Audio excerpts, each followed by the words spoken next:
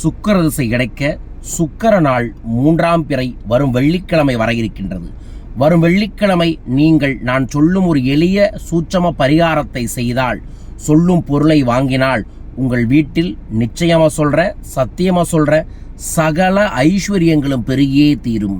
வரும் வெள்ளிக்கிழமை வளர்விரை வெள்ளிக்கிழமை, அதோடு இணைந்து வரக்கூடிய அற்புதமான 3ஆம் பிறை கார்த்திகை 3ஆம் பிறை அன்று யார் ஒருவர் தன் இல்லத்தில் காலையில் எந்திரித்து தலைக்கு குளித்துவிட்டு, பெண்கள் மிக முக்கியமாக எண்ணெய் தேய்த்து மஞ்சள் தேய்த்து குளித்துவிட்டு, அந்த குடும்பத்தில் கல்லுப்பை எடுத்து, அதாவது சமையலுக்கு பயன்படுத்தக்கூடிய கல்லுப்பை எடுத்து ஒரு தட்டில் பரப்பி ஒரு நெய் அகழ்விளக்கு ஏற்றணும்.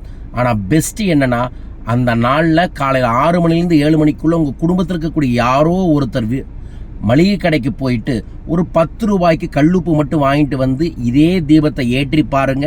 உங்கள் குடும்பத்தில் சுக்கிரன் ஆக்டிவேட் ஆவார், செல்வம் ஆக்டிவேட் ஆகும், உழைக்கிற உழைப்புக்கு செல்வம் தேடி வரும். விளக்கு ஏற்றி வைத்து விட்டு ஓம் சந்திரமௌலீஸ்வராய நம 51 முறை ஜபம் செய்துவிட்டு காலை மதியம் மனசுக்குள்ள சந்திரனை மட்டுமே நினைத்து கொள்ளுங்கள். மாலை நீங்கள் உங்கள் இல்லத்தில் சரியாக 6:45க்கு மீண்டும் அந்த நெய் அகல் விளக்க உப்பு விளக்கை ஏற்றி வைத்துவிட்டு, அதற்கு பக்கத்தில் நீங்கள் ஒரு தட்டு நிறைய காயின்ஸை பரப்பி, எனி காயின்ஸை பரப்பி, அதில் மஞ்சளையும் புணுகையும் தூவி விட்டுட்டு, அந்த காயினை கையில் வச்சுட்டு சொர்ணமாக, அதாவது தங்கமாக நினச்சிக்கிட்டு அந்த தீபத்தை பார்த்து ஓம் சந்திரமௌலீஸ்வராய நமோ நம, ஓம் சந்திர பகவானே நமோ நம, ஓம் ஸ்ரீம் லலிதம் லம்போதரம், இந்த 3 மந்திரத்தையும் 51 முறை சொல்லிட்டு மேற்கு திசை போய் சந்திரன் உதிக்கிறத பாருங்க. இது கார்த்திகை மாதம், கார்மேகம் மாதம், அதனால் சந்திரன் தெரியாது.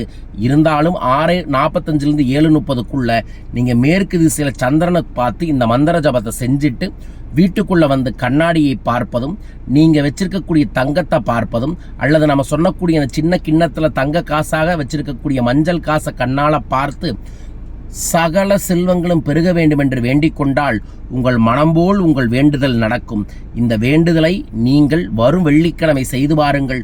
உங்கள் குடும்பத்தில் சுபிக்ஷம் ஏற்படும், சுக்கிரனோட அருள் கிடைக்கும், வேலை தொழிலில் செல்வ செழிப்புகள் பெருகும். உங்களுக்கு பெருக வேண்டுமென இந்த பதிவின் மூலமாக இதை பதிவு செய்கிறேன். பயன்படுத்தி பாருங்கள், நல்லது நிச்சயமாய் நடக்கும். யார் இந்த வழிபாட்டை செய்ய போறீங்க 3 கமெண்ட் பாக்ஸில் மென்ஷன் பண்ணுங்க. அன்றைய தினத்திலிருந்து நான் ஒரு சிறப்பு நித்திரை யோக கலைன்னு ஒரு வாட்ஸ்அப் பயிற்சி வைப்பேன். அந்த நாளில் இருந்து தான் தொடங்குறேன். நீங்களும் இந்த பயிற்சியில் கலந்துக்கங்க.